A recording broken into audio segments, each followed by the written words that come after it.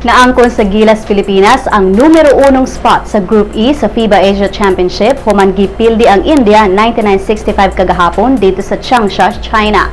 Unang ka mga magdudua sa Gilas ang nakamugna og double-digit nga puntos nga gipanguluhan ni Terence Romeo nga adunay 20 points. Lakip na niini ang tulo ka 3-point shots. Andre Blatch 15 points, 13 points kang Ranidel de Ocampo, samtang niamot og tag 12 points matag usa silang Jason Castro, Calvin Abueva ug Mark Pingris. Ang Gilas makigbatok sa Lebanon ugma sa knockout quarterfinal round.